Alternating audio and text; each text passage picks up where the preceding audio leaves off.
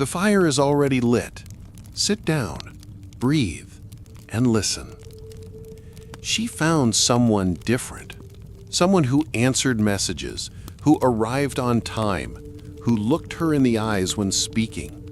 Someone who didn't disappear for days, didn't play emotional games, didn't leave her guessing their feelings. And it was exactly when she realized this that something strange happened. Instead of relief, she felt discomfort, as if something was wrong, as if it were too good to be true. And without realizing it, she began creating small problems, small fights, small dramas where none existed.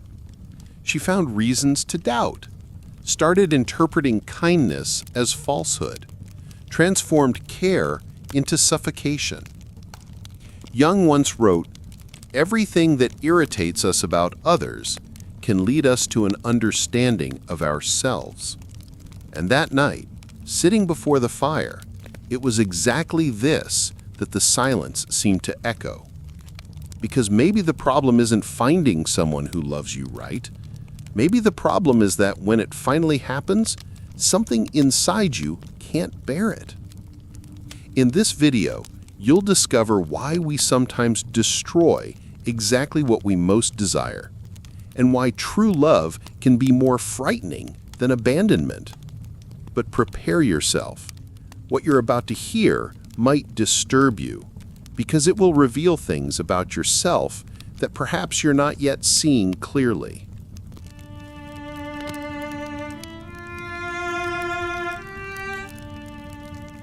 There's something nobody talks about regarding healthy relationships. They can seem boring sometimes.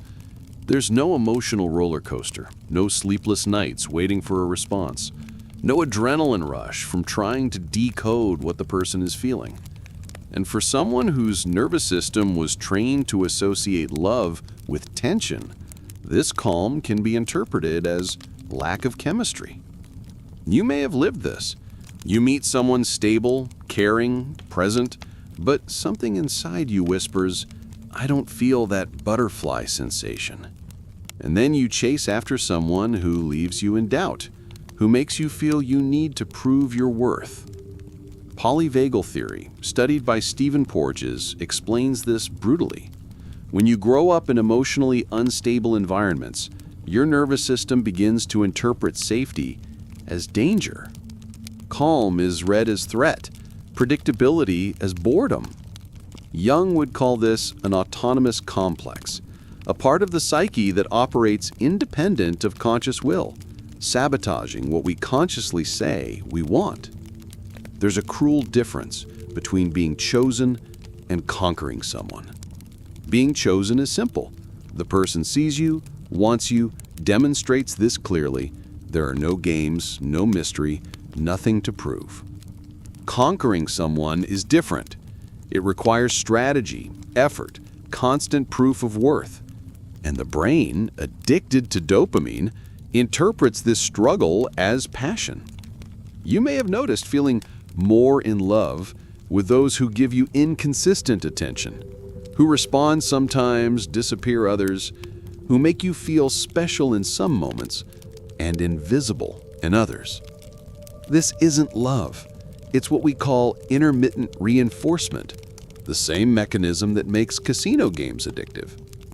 And when someone offers you consistent love, without drama, without needing to fight for every crumb of affection, a primitive part of your brain interprets this as not valuable enough. Jung observed, where love rules, there is no will to power. And where power predominates, there love is lacking. But if you only learn to love with power, conquering, proving, fighting, real love might seem bland to you.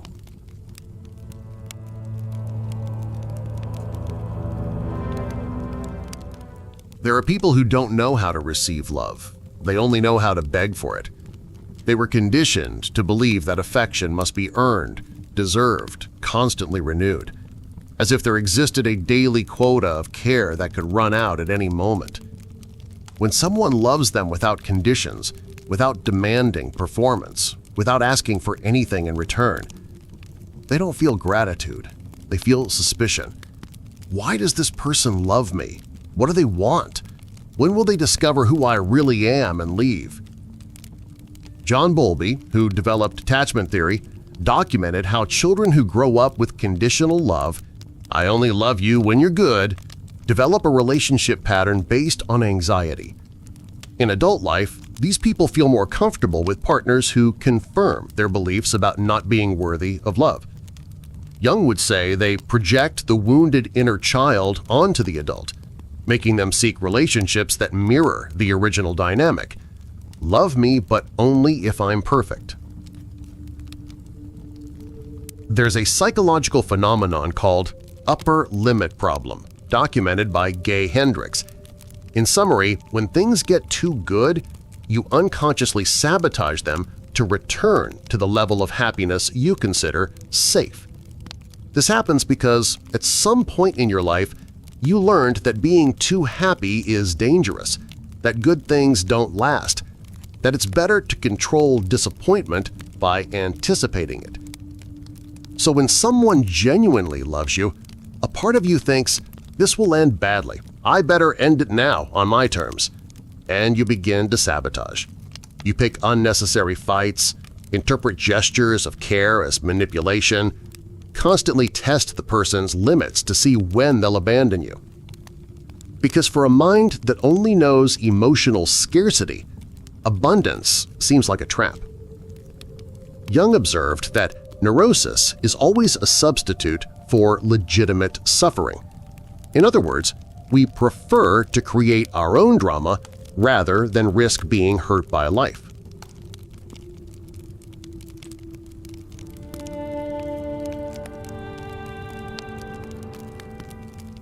And here's the truth nobody wants to accept.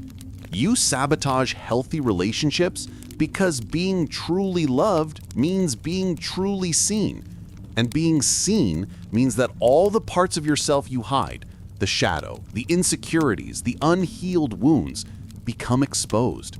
When someone truly loves you, there's nowhere to hide, no mask that can sustain, no edited version of yourself you can maintain indefinitely.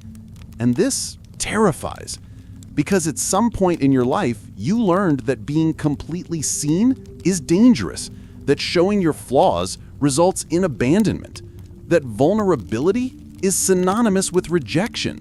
So you prefer superficial relationships where you can keep the persona intact, where you can be admired by the performative version of yourself. Deep relationships require you to drop all defenses. And for someone who built their identity around these defenses, this can feel like emotional death. Jung said, "The meeting of two personalities is like the contact of two chemical substances. If there is any reaction, both are transformed." And maybe you're afraid of transformation. Maybe you prefer staying with the known version of yourself, even if it's limited, rather than risk becoming someone you don't recognize.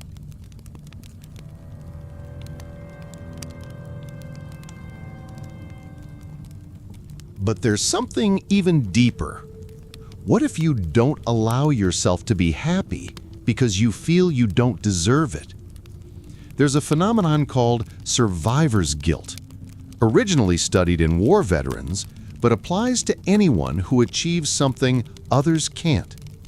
You might carry unconscious guilt for finding love when your parents didn't, for being treated well when you grew up seeing destructive relationships. It's as if a part of you felt that being happy is a betrayal to your history, your family, the people you love who didn't have the same luck. Jung observed that we often carry not just our own traumas, but generational traumas, what he called the collective shadow. And when you finally find someone who treats you as you deserve to be treated, this shadow whispers, "Who do you think you are to have this? Do you think you're better than others?" So you sabotage, not because you don't like the person, but because you don't feel worthy of the happiness they offer. It's a cruel form of loyalty, remaining unhappy so as not to abandon those we love who also suffered.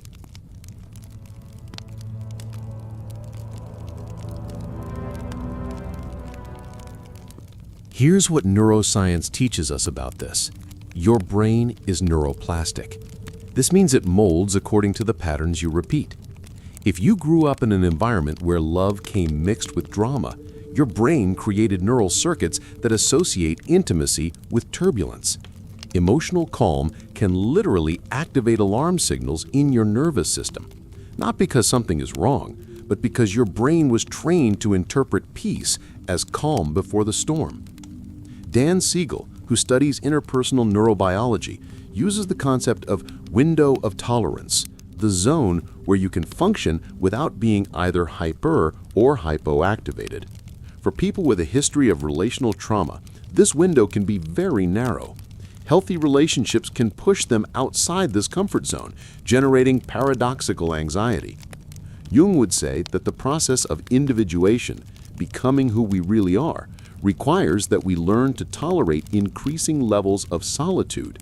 And maybe learning to receive love is one of the most difficult tasks of individuation, because it requires you to expand your capacity to endure good things. Here's the good news. You can reprogram these patterns. It's not fast, it's not easy, but it's possible.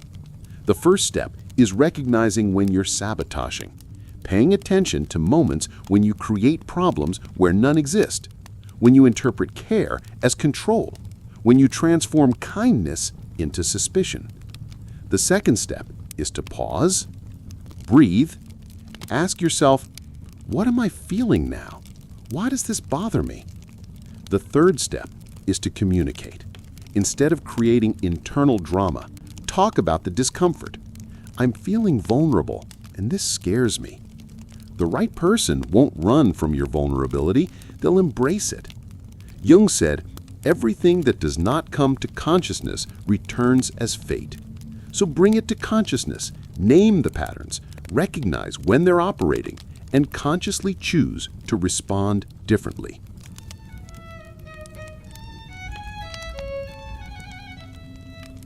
There's a moment in every healthy relationship where you have to choose between the familiar and the unknown, between the pattern you know and the possibility that scares you, between sabotaging once more or allowing something new to be born and remain. It's in this moment that you discover if you're ready to grow or if you prefer staying in your emotional comfort zone, even if it's painful. Some people spend their entire lives repeating the same pattern, attracting emotionally unavailable partners, creating drama where it doesn't exist, running when someone gets too close. Others learn to recognize the pattern and make a different choice. It's not about finding the perfect person. It's about becoming someone capable of receiving imperfect and real love.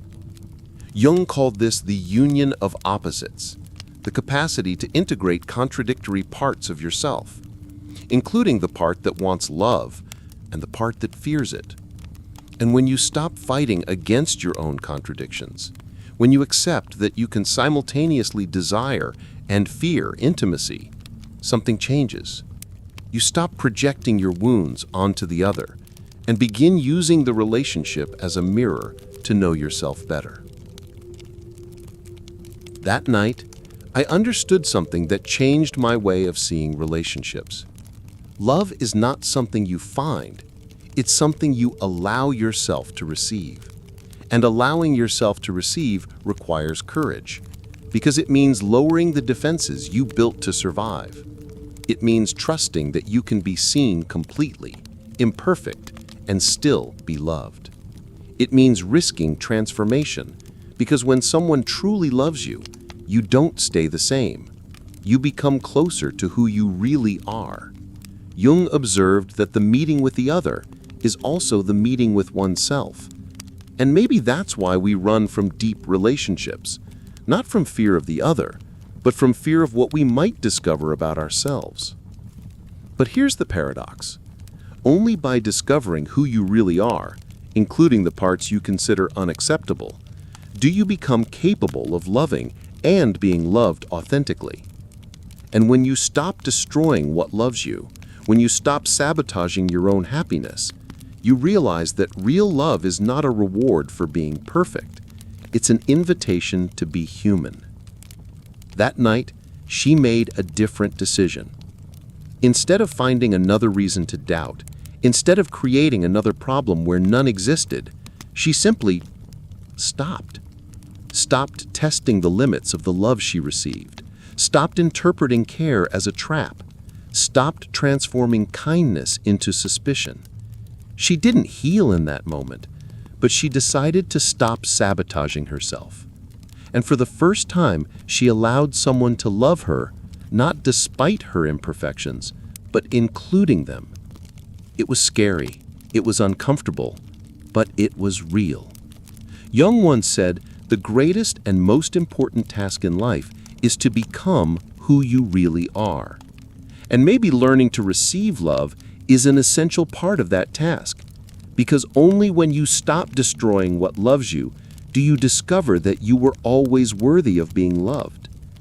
That night, I understood everything. And since then, whenever the world weighs heavy, I return to the fire. See you soon.